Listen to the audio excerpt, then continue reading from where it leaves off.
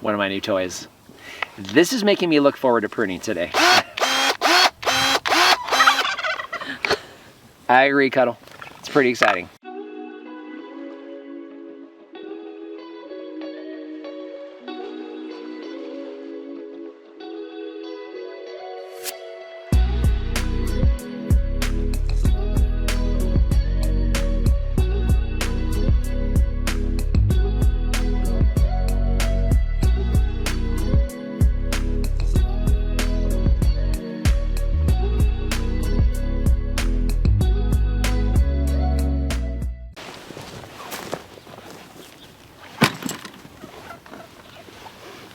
Hello everyone, this is Dwayne with Edge of Nowhere Farm, and we're coming to you here on a very, very cold January morning in 2024. One of the questions we get here pretty often is pruning. So what do we do with our trees?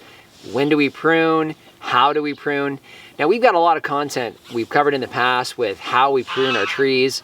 We'll be covering some of that this year, but I wanted to take today and just kind of talk a little bit about timing and when you should be pruning your trees. One of the challenges with the desert is we have a very, very short winter.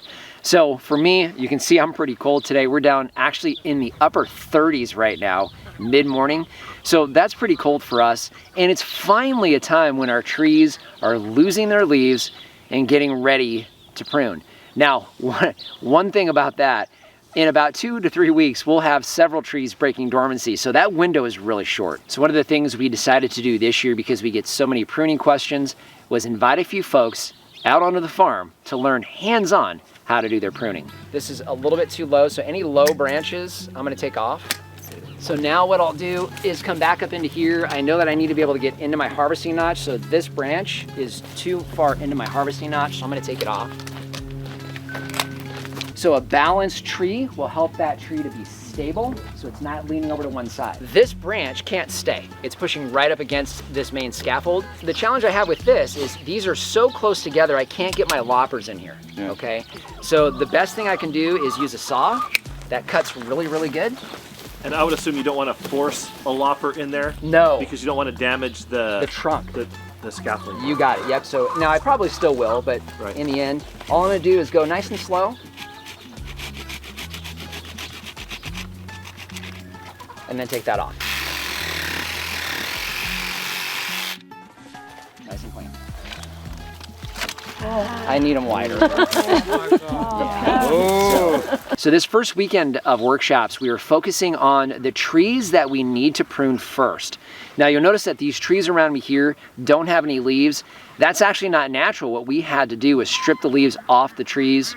We typically do that in the month of December because they start to lose leaves, and we go ahead and strip them.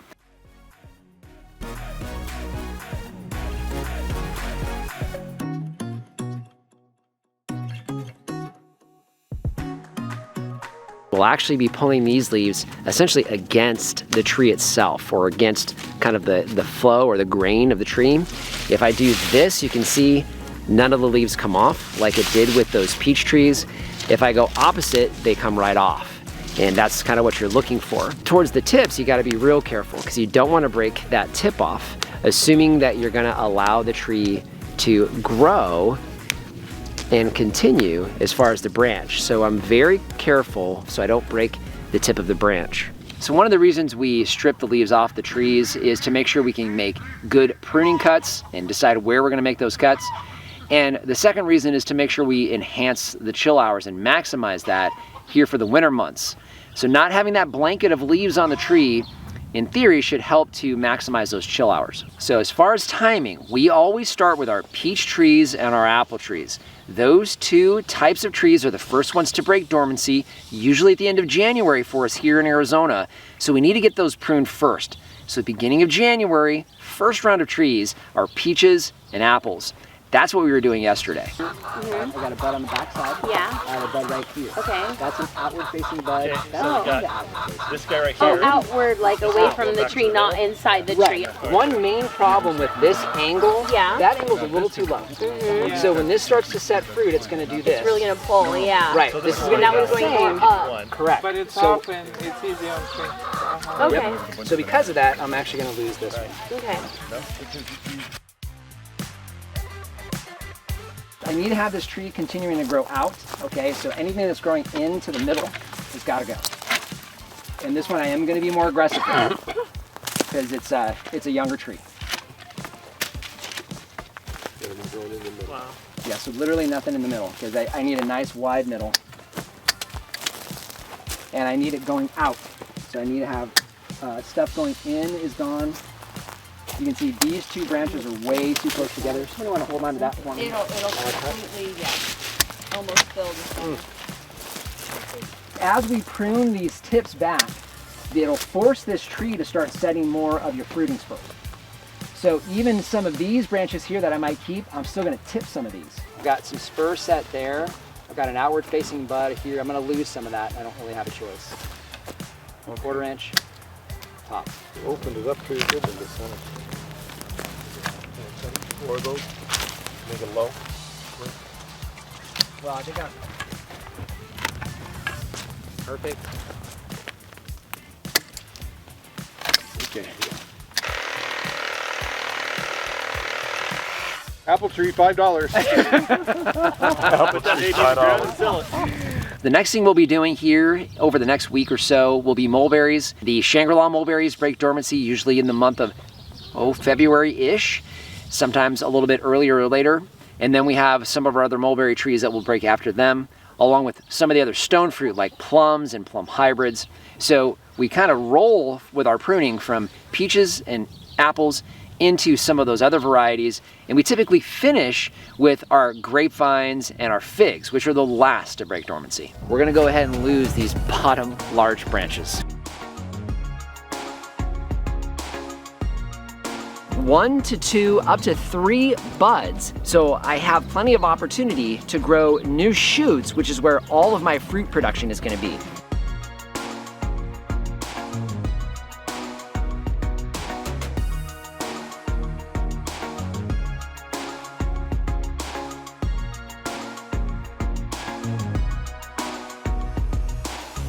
So most important thing, if you're watching this here in the month of December or January, it's time to start thinking about pruning, and the reality is you need to get to work. One other thing, if you're here locally in Arizona and you want some hands-on experience with pruning, we are going to be doing these workshops every year. They're typically going to be held in the month of January and February. In order to be notified and know when those are happening, we don't announce them here. Make sure you join our email list through our website. So just want to thank you for joining us today. If you haven't done so already, subscribe to the channel. We cover a lot of things here on this newly established functioning farm in the Arizona desert, and would love to see you on a regular basis. Any questions or comments, those go in the comments section down below. And our Amazon shop, I'll leave a link down in the description. If you follow the link down below, it doesn't matter what you buy, you help to support us here. So just want to thank you for joining us today and remind you, if we can farm on the edge of nowhere, so can you.